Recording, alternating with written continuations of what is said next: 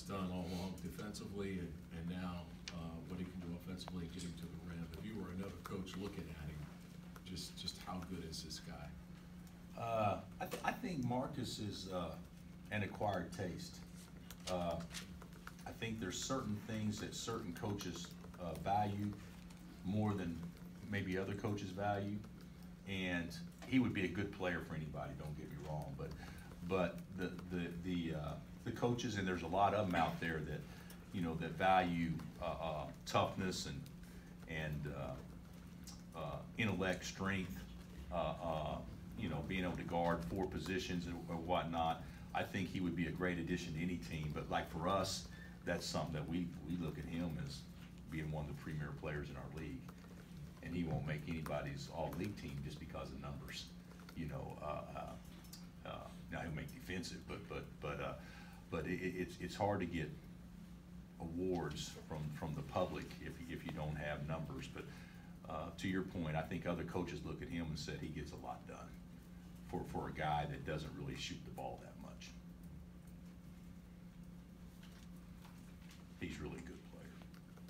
Is Kentucky on a roll right now from the tape, from what you've seen on tape? They've won 5 in a row and seem to be playing 5 in a row against good people too. Yeah, they're playing well. They were really good, especially last 10 or 12 minutes against Mississippi State the other night. Yeah, they're good. I mean, they're big. They got enough fouls to give that they should never have to play shorthanded up front. And Hagens is developing into a premier guard, and maybe as good a defensive guard. He's kind of their Marcus Garrett. And then Hero and Keldon Johnson are both having terrific years and on the roll right now. So yeah, they're good. They're a team that could win a national championship. And I know everybody thought that before the season, and then you have one game where the attention shifts, and they've done it the right way. They've grinded their way back to be where they are right now, and that's being one of the best teams in the country. You saw Reed Travis, familiar with him when he was with Stanford. What does he bring to Kentucky? Well, they all bring something, but Reed brings, obviously brings size. He's an explosive jumper in tight. He doesn't shoot a ton of threes, but he's definitely a skilled perimeter player and can stretch it, as evidenced by what he did at Stanford as much as anything. But he also brings a ton of experience. I mean, you're talking about if I'm not mistaken, Reed redshirted one year at Stanford due to injury, and he, college graduate from Stanford, and fifth-year guy, and helping all those young kids at Kentucky. I would think that his value to the team is probably about as high as anyone's. Coach, what are Marcus's attributes that allowed him to grow into this role that he's got with you now in terms of improving his playing and minutes and responsibility? What has he done to make this happen? Well, I'm not sure that he's, if you stop and think about it, if we didn't have the 4 guys starting last year that we had, he would have been playing these kind of minutes last year. He was our 5th guard last year, and we played 4. So so he played a lot last year, and this year, when we made the decision to go small, obviously he goes from being a reserve to a starter. So probably as much as he'd be a starter by now, regardless of how we were playing big or small. But probably as much as anything, circumstances has dictated the minutes in many ways, even though we thought as highly of him last year as we do this year. He's a much improved player because he's a year older, but I don't think he's done anything different. He's coachable, he's tough, he tries hard, he's smart, he's got fast hands, and he loves to compete. But we knew that, when we recruited him. So I don't think he's done a lot different, except just be himself. What do you see from leadership development? You know what? I think he and Diedrich are probably our 2 best talkers, and Diedrich's by far the best.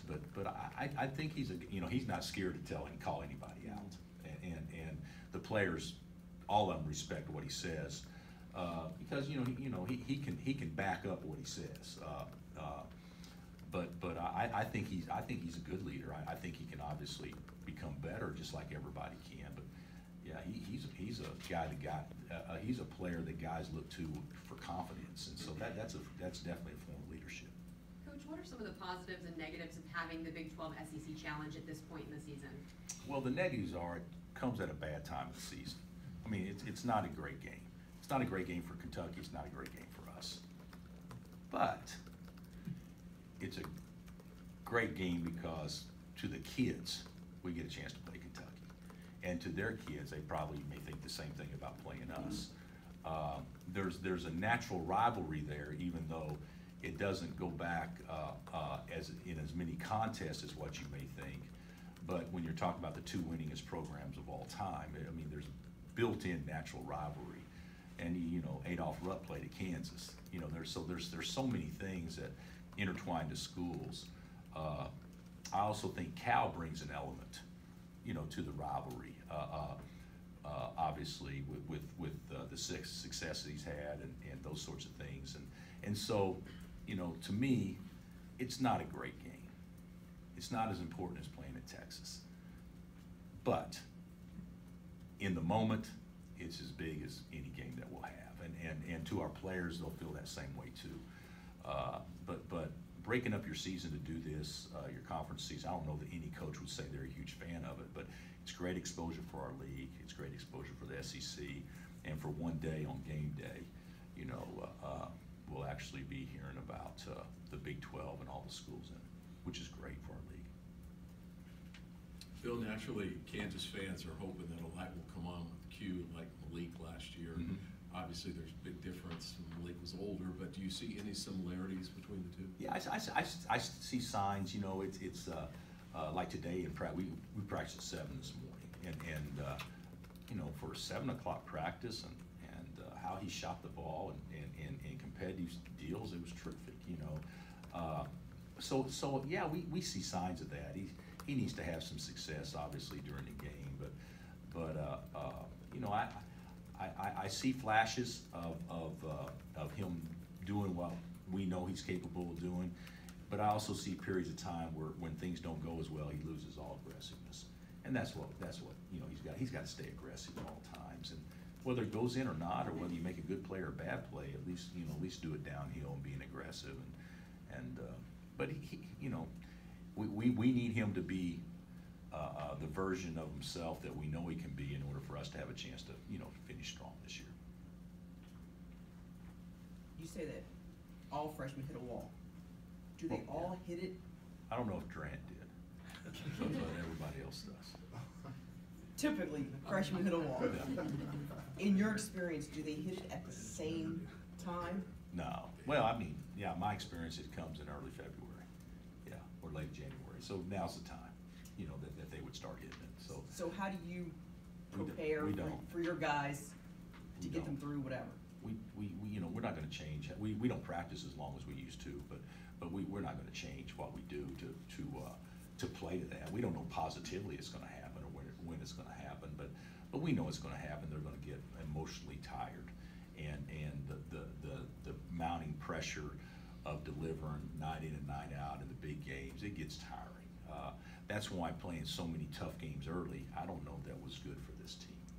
I look back and I say, man, I wish we'd had some games where we didn't have to sweat as much every single game, just because it adds another game to your conference season. So instead of playing 18 conference games, where most teams are maybe playing 23 or 24, we could be playing 27 or 28.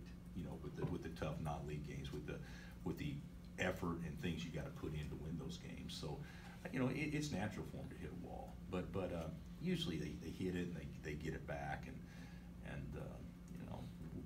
I won't make a big deal out of it. Maybe if I don't talk about it, maybe they won't realize that there is actually a wall out there. So, do you think it's harder for your guys, maybe even this year's team especially, to go into Rupp and just treat it like another road trip and another business type of trip and just another game? I don't know. Why would you say this team harder?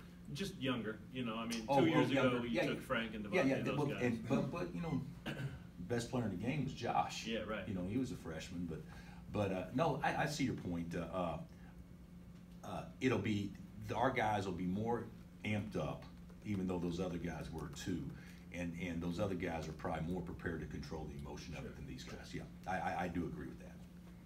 That's part of growing up, though. Okay. Yeah, I think that's just part of growing up, and you know, it's okay. You know that, you know, as important as this game is to people, this is a game you just go play and have fun and let it go, and so no matter what happens, you gotta turn the table within 24 hours and start preparing for somebody else and a good Texas team. So I think we'll handle it fine, but you know, we've been in some, you know, Iowa State, you know, there's some really good atmospheres in our league and stuff we played in.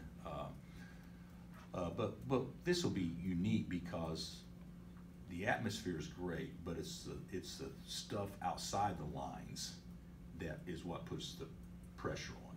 You know how many NBA scouts are there. You know game days there. You know it's talking about you every time you turn on the TV. It's going to be Kentucky versus Kansas, that kind of stuff. That'll be young. That'll be new for our guys, and hopefully they'll be able to handle that emotion of it. But they did pretty good in the Champions Classic.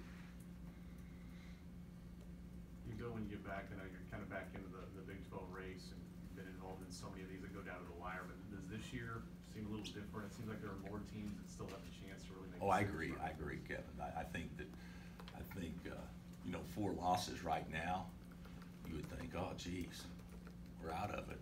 And I'd be like, no, you're not out of it at all. I mean, that's 1 week, you know, with the way things are going, because, you know, anybody can lose 2 games in a week in our league, and anybody can win 2 games in a week. So it's too early to get excited about where you are, or too early to get down about where you are. But I will say this, after watching a little bit, you know, I really believe K-State's playing better than everybody right now. You know,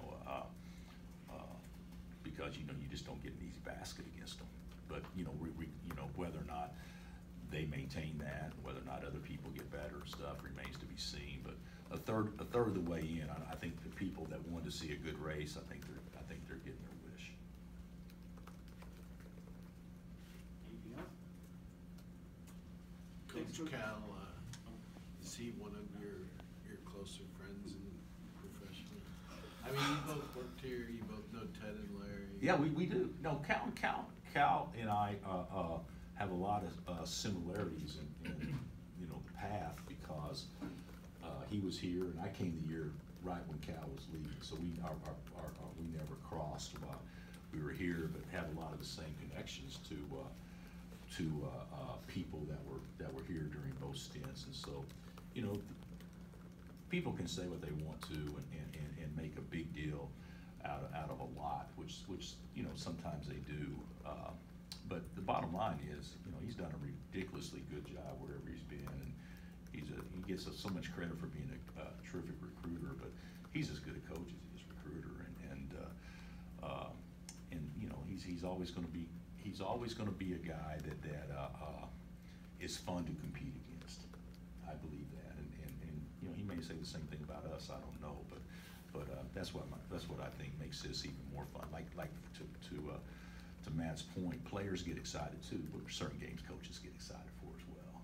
And so this will be one of those games that it's actually more fun preparing and watching and that kind of stuff. And I'm sure it is for them too. Any roster news? No roster news. That's a unique way to put it. How's Silvio doing? But I like it. That was respectful. That was respectful. That was good. Okay.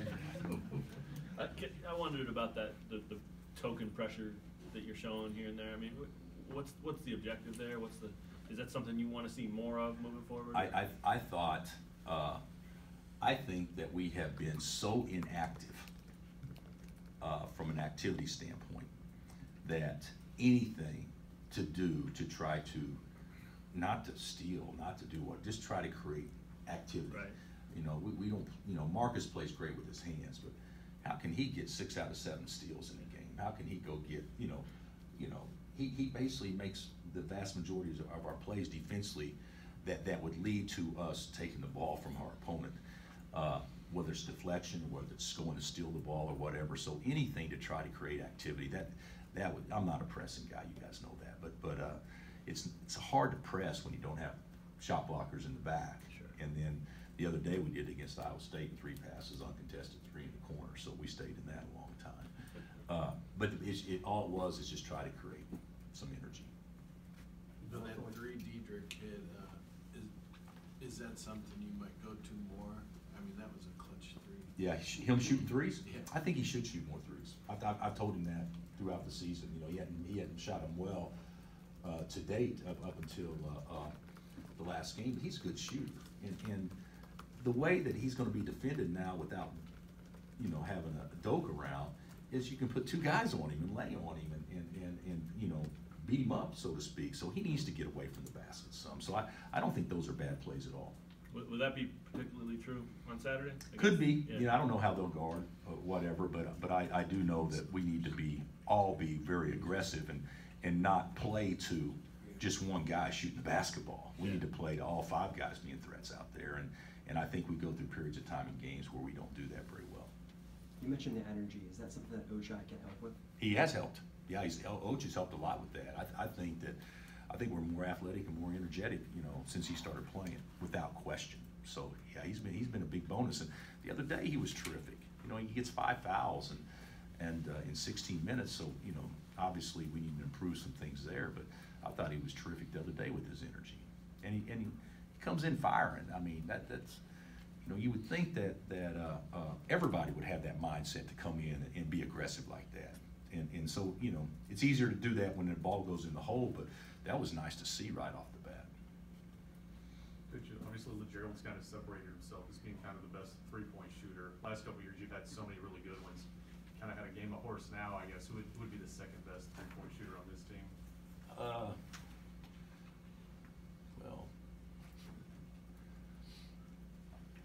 I would say all of them. It's a tie. You know, I do think Diedrich can shoot the ball about as well as anybody. And you know, I've seen I coached Q this summer. I saw what he did. You know, I know he can shoot the ball. And you know, Charlie should be, and Charlie hadn't had as many opportunities. And you know, Ochai's developing as a shooter and everything. But I think in Devon, from a percentage standpoint, is terrific. He just doesn't take many. But I don't know. That's the one thing that, just to be real candid with you guys, and you guys know this, that's the one thing. It's not quite as easy to score easy points when you can run bad offense and the guy just jump up and make a shot. And LeGerald has made a ton of those for us this year. Bad or marginal shots at best. And he just knocks them down. Well, the bottom line is we don't have as many other guys that can get their own. And so you know, we have to kind of manufacture some things. And that's why it's so important that everybody be aggressive and try to force help. But we've got better shooters than we shot it, but certainly it's not going to be like it was last year. All right, guys, thanks. Thanks, Coach.